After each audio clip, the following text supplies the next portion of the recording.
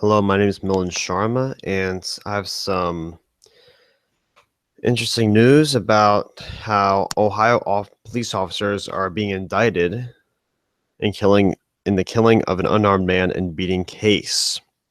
The two separate indictments come amid tension over police conduct in Ohio, where a teen with a pellet gun was killed by an officer. So I'm glad to see that these police are actually getting indicted for what they're doing. That's a good thing. So let's look into the article by the Huffington Post, Reuters, written by Kim Palmer. A Cleveland police officer was indicted for negligent homicide in the shooting death of an unarmed black man on Friday, and two former officers in nearby East Cleveland were indicted for kidnapping and assault for beating a black man who was under arrest.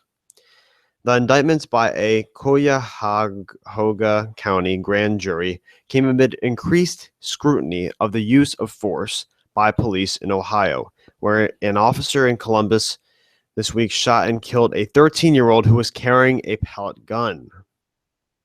In the Cleveland case, Officer Alan Buford, who is black, was indicted for misdemeanor negligent homicide in the 2015 death of an unarmed breaking and entering suspect Brandon Jones, 18. Cuyahoga County Prosecutor Timothy J. McGinty said in a statement Friday, "It is not responsible for a police officer to use deadly force if he or she does not believe a suspect poses a threat of death or serious bodily harm to the police or the public." Prosecutors said Buford and his partner responded to a report of a break-in at a grocery store in Cleveland with guns drawn and confronted Jones, who was carrying a bag of stolen items.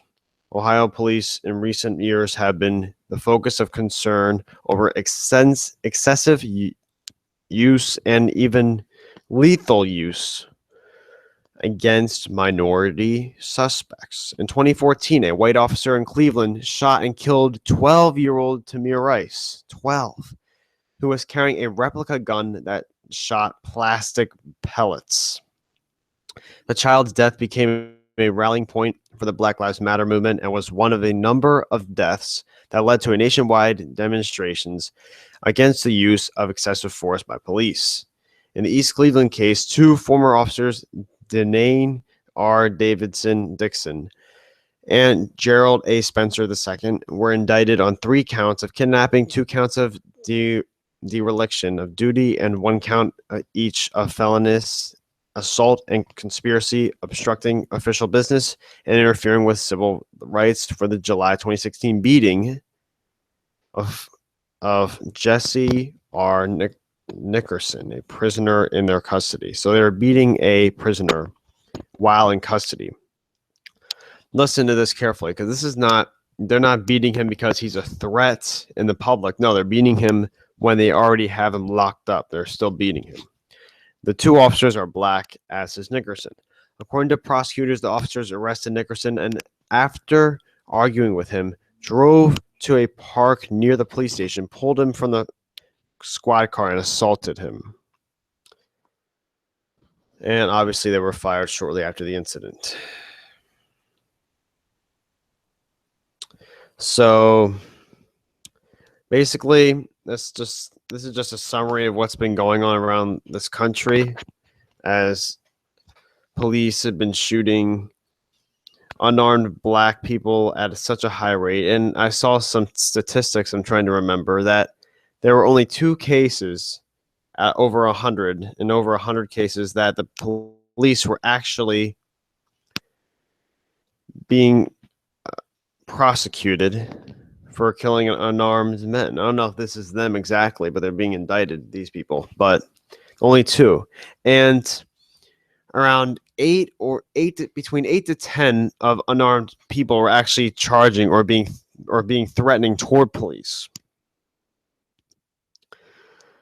out of over 100. So the case that some people make is that, oh, that maybe they were charging the police, maybe they were high on drugs and they were charging the police. But no, that's not true. Only 8 of them were. So the vast majority of the unarmed people were victims of these police officers. If you enjoyed this, please share it, like it below, comments for any questions, concerns, and subscribe to my YouTube channel. And thanks for listening.